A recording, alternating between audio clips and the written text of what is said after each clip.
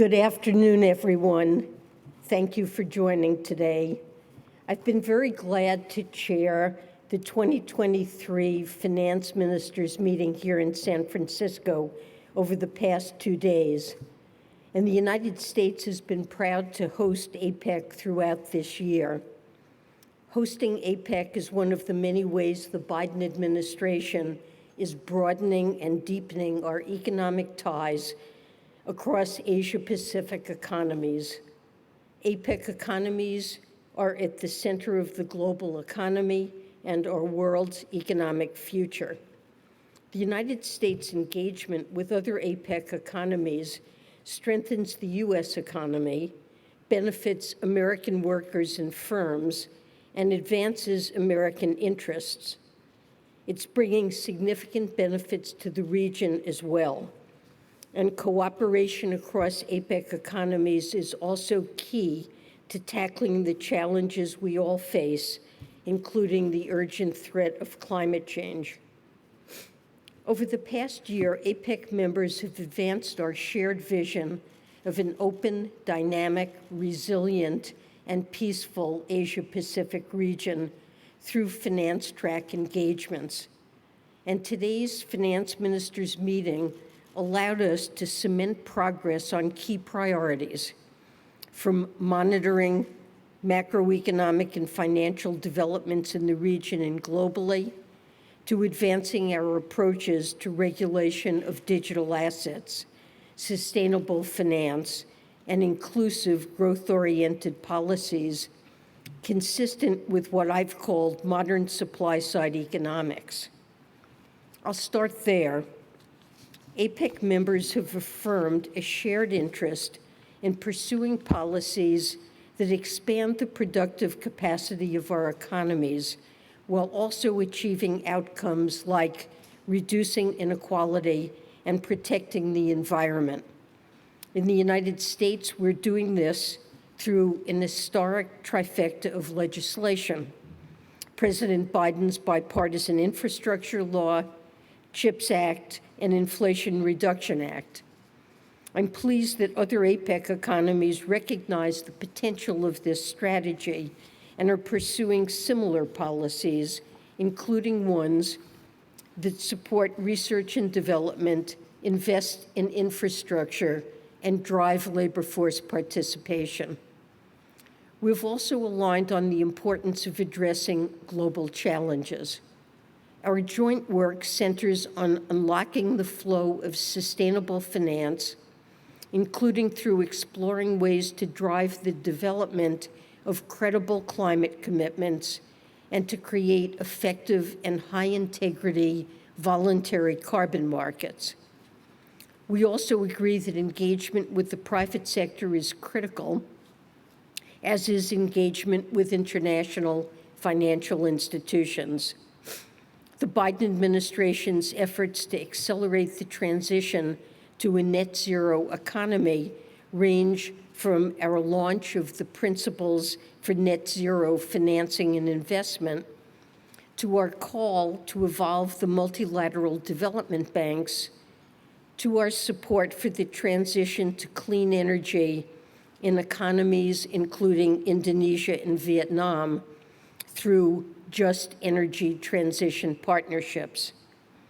Our discussions have revealed the ways other APEC members are also pursuing meaningful work.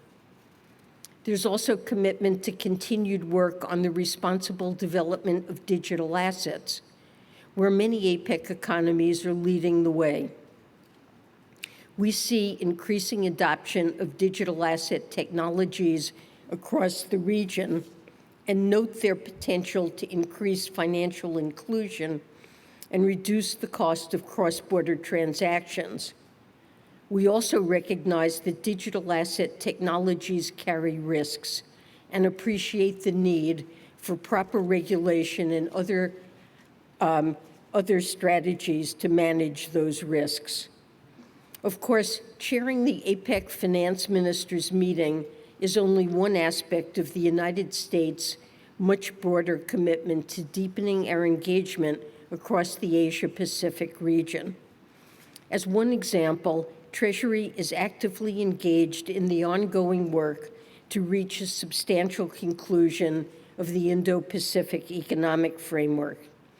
This would be a monumental achievement for IPEF members, addressing issues from climate change to supply chain security. And since IPEF members collectively account for 40% of global GDP, it would be significant for the global economy as well. Responsibly managing the U.S.-China economic relationship has also been a key priority throughout my time in San Francisco. As you know, I met with Vice Premier He Lifeng, my Chinese counterpart, here last week, and I had a productive meeting with China's new finance minister, Lan Foan, this week. President Biden and I believe strongly in advancing the values we share with our allies and partners in the Asia-Pacific and beyond, while also pursuing a healthy and stable economic relationship with China. Going forward, we hope to build on the foundation we've laid to further deepen communication, stabilize the relationship, and make progress on key issues. There's hard work ahead of us, but I believe our engagements here have moved us along the right path. As the United States nears the end of a productive APEC host year, I'm impressed by all we have collectively accomplished across our priority areas. We congratulate Peru on its upcoming host year and look forward to supporting its work. And through APEC and otherwise, the United States will remain committed to deepening our economic ties with the Asia-Pacific.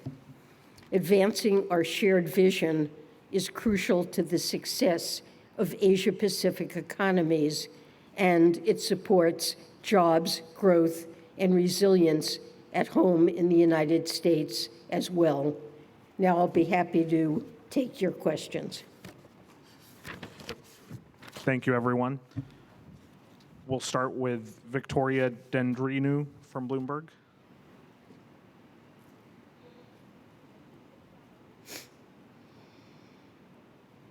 Thank you. Hi, Secretary. I wanted to ask you about U.S. debt. About what? Sorry? Oh, about U.S. debt. Moody's a few days ago lowered its outlook on the debt, and they cited, in part political dysfunction, but also debt affordability. I was just wondering, given that we're less than a week away from a potential shutdown and we're seeing interest costs soar still, do you think they're right in being concerned about these two things? And then more broadly, regarding the potential shutdown next week, I'm just wondering, and especially given the U.S. role these days, if you're concerned that it diminishes the credibility of the U.S. as its leadership. Thank you. Thank you for that question. Let me start with the Moody's decision. They maintained the U.S. AAA rating, but indicated that there's a negative outlook. This is a decision that I disagree with. The American economy is fundamentally strong, and Treasury securities remain the world's preeminent safe and liquid asset. We have enjoyed over the past several years an historically fast economic recovery from a deep recession. Our unemployment rate is near historic lows. Inflation has come down significantly, and our economy grew by almost 5% in the third quarter. Now, it's true that resilient U.S. economic growth has been a factor pushing up interest rates recently. That's something that reflects the fundamental strength of the U.S. economy, not weakness. Now, it is true that higher interest rates, if they last, do create a challenge, an additional challenge to debt sustainability. The President and I are completely committed to a credible and sustainable fiscal path. The President has signed into law $1 trillion over the next decade in deficit reduction. We've made very meaningful investments that will raise our tax collections by investing in the Internal Revenue Service, and put in place a corporate minimum tax, lowered spending on prescription drugs. And the president has proposed an additional $2.5 trillion of deficit reduction over the next decade, in addition to what's already been done and the reductions in the bipartisan agreement earlier this year. You asked about the potential shutdown, and I would simply say that given the strides that I just described and the strength of the U.S. economy, a shutdown is something that poses an unnecessary economic headwind in a moment when the U.S. economy is doing well and moving in the right direction. So it's critical that House Republicans do their job and work in a bipartisan manner so we sustain this progress. I know that discussions are active in Congress on trying to find a path forward, and the administration is engaging closely in discussions with Congress. I'm hopeful we'll find a satisfactory solution. Thank you. Let's go to Andy Duran, Wall Street Journal next. Hi, Secretary Yellen. I wanted to ask about the Chinese economy and I guess concerns about the possibility or the fact that Chinese exports are increasing and that exports could increase dramatically as they manage their economic situation. There are already signs that in certain clean energy sectors, there's been huge increases in exports from China and flooding global markets. Is that something that APEC discussed today or should discuss this week? And is that becoming a more urgent concern for you and for the United States? And is there anything that the U.S. Should do or is contemplating doing in response to Chinese export dumping? So this really was not something that APEC discussed in great detail, although we did talk about the slowdown in the Chinese economy, and I think agreed that it presents a downside risk to the economic outlook that could affect probably not so much the United States, but many APEC economies that have deep trade relations. Certainly in my bilateral discussions with the Vice Premier, we did talk about issues of oversupply that have arisen and could arise in the future in industries that China is investing in very heavily. And I do consider that a risk. We both endorse the notion that we should have a level playing field, fair trade relations, and to the extent that some of the investments in these industries reflect China channeling financial resources to firms that produce in these industries, and that there could result in overcapacity. That is an issue that we talked about and that I think they understand. Thank you. Let's take the next question. Dave Lauder, Reuters. Hi, thank you, Secretary. You mentioned in your remarks the IPEF discussions that are going on alongside this APEC conference, and so that this could be a monumental event if it were to reach a substantial conclusion. And I wanted to ask you whether you felt that you expect there to be a substantial conclusion during this week, particularly on the trade side of things, or if this is something that might take a bit longer to come to fruition. Thank you.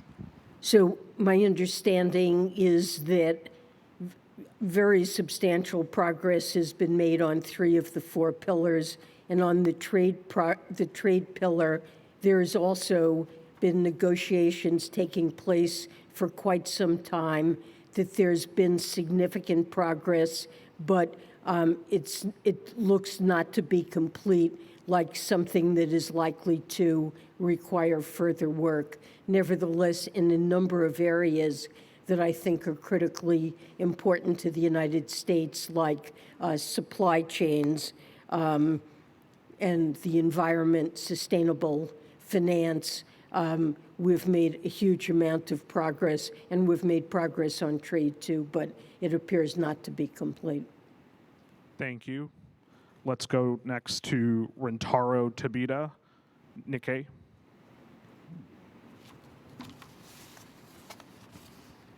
Thank you for choosing me.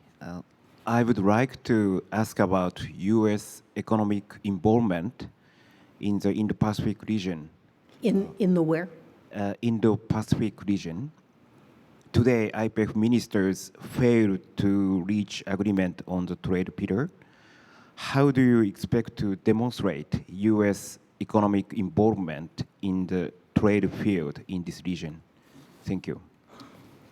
Well, first, as I indicated, I think that substantial progress has been made on the trade pillar, although there appear to be remaining issues. But look, the United States has been working to deepen our relationship with countries in the APEC region for quite some time in many different ways. Our chairmanship of APEC this year is one of the ways. All the work that has gone into the meetings that we have held here is one way in which we've deepened ties. We are deepening our trade and investment ties. This is something that's good for the United States and also good for countries in the APEC region. We're working constructively on supply chain issues, deepening our relationships. Just during my time as secretary, I visited, I believe, 6 APEC countries, and in places like Vietnam, Indonesia, we're deepening our supply chain relationships. Some of this is through APEC, through IPEF, but some is through bilateral discussions as well. And we're working very constructively together on climate change, which is a concern that is shared by all the economies in the APEC region. And we've done a lot of work to address it jointly. And working with the multilateral development banks, we had a lunch today with APEC, met with representatives of the private sector. Many financial institutions have voluntarily taken on net zero commitments. We've engaged in discussions about how the public and private sector can work together in our economies to promote sustainable investment. We're deeply involved in JETPs, or Just Energy Transition Partners, with Vietnam and with Indonesia. So there is a great deal that has been taking place to deepen our relationships. Thank you. We'll take the last question. Amr Mudni, AP.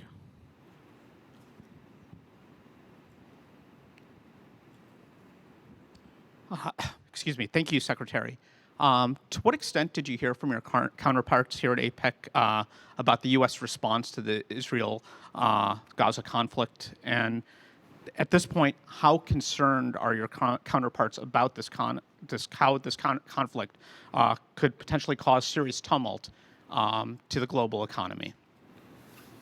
Well, we did talk about risk to the global economic outlook, and I believe there was a strongly shared view that it's important for all of us to work to do everything we can to contain the conflict between Israel and Hamas so that it doesn't become a broader regional conflict, that if it does, it could pose risks to the global outlook that all of us would be concerned about. And I think the general view is that we've not seen, this suffering that's taking place because of this atrocity against Israel and all of the suffering in Gaza and the need for humanitarian aid. That's top of mind, I believe, for all of us. We've not really seen yet much economic impact from what's happening, but we are concerned and broadly view it as critical not to see the conflict expand. Thank you, everyone. That concludes the press conference.